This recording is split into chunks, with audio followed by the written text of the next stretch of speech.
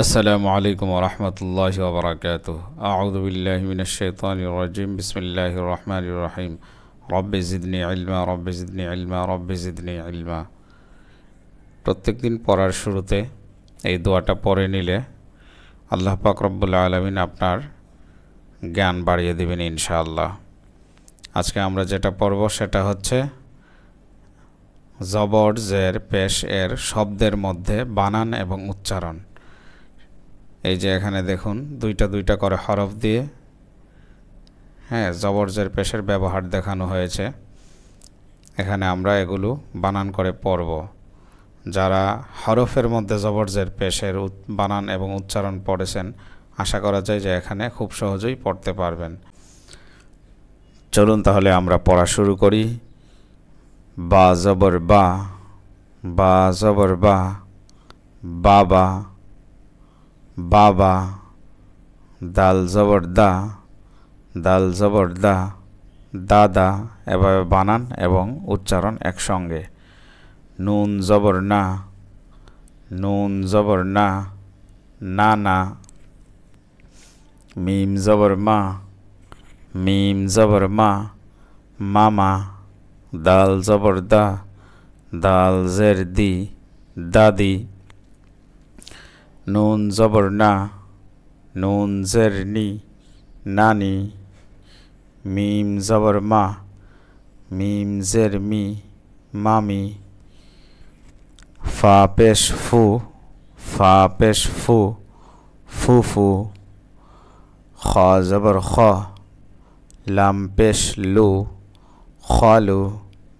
হা পেশ হু, ওয়াও জবর ওয়া, হুয়া। হা জের হি, ইয়া জবর ইয়া, হিয়া। বা জের বি, কাফ জবর কা, বিকা। বা জবর বা, আইন জবর আ, বা। মিম জবর মা, আইন জবর আ, মা। লাম জের লি, এই জেরটা হচ্ছে এই যে লামের, লাম জের লি। ইয়া জবর ইয়া, লিয়া। কাফ জবর কা, তা জবর তা, বা জবর বা, কাতা বা।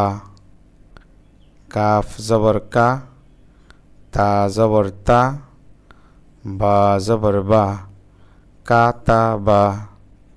নুন জবর না, জা জবর জা, লাম জবর লা, না জা লা।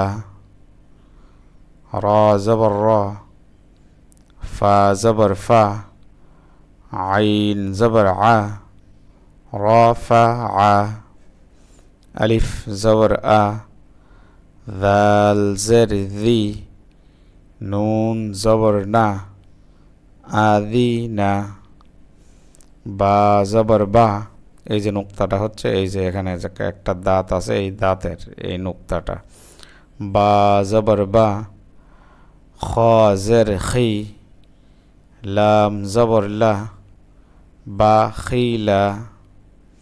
সিন জবর সা, মিম জের মি, আইন জবর আ, সামি আ। হা জবর হা, মিম জের মি, দাল জবর দা, হামিদা। মিম জবর মা, রা জের রি, ضاد জবর দ, মারি দ। খ জবর খ, শিন জের শি, ইয়া জবর ইয়া, খাশিয়া। কাফ জবর কা, বা পেশ বু, র জবর র, কাবু র।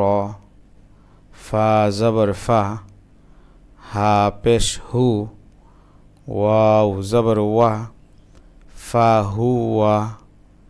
কফ পেশ কু, তা জের তি, লাম জবর লা কুতিলা সা জবর সা কফ পেশ কু লাম জবর লা সাকুলা ত পেশ তু বা জের বি আইন জবর আ তু বি আ তু বি আ কফ পেশ কু র জের রি হামজা জবর আ এই যে ইয়ার উপরে হামজা আছে আমরা ইয়া পড়ব না হামজাটাকে পড়তে হবে কফ পেশ কু র জের রি হামজা জবর আ ওরি আ ওরি আ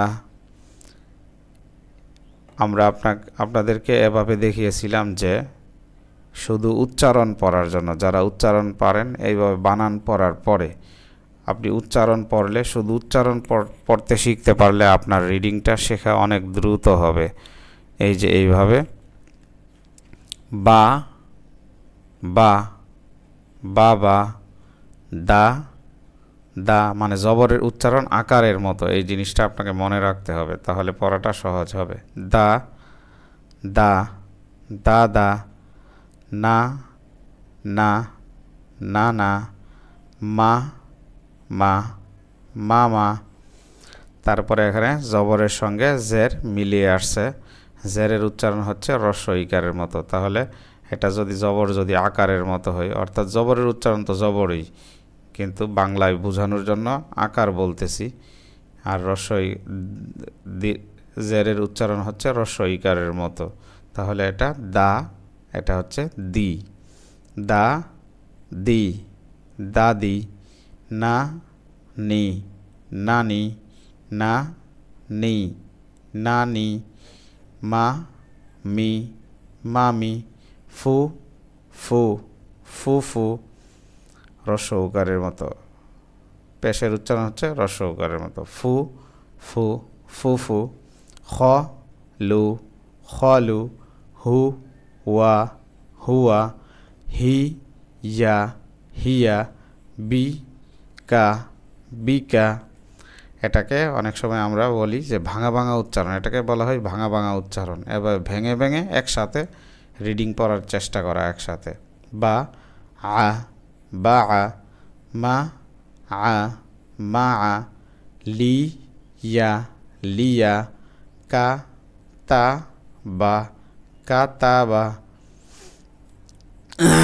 না জা লা নাজালা র ফা আ রফা আ দি না আদিনা বা খিলা বাখিলা সা মি আ সামিআ হা মি দা হামিদা মা রি দ মারিদ খ শি ইয়া খশিয়া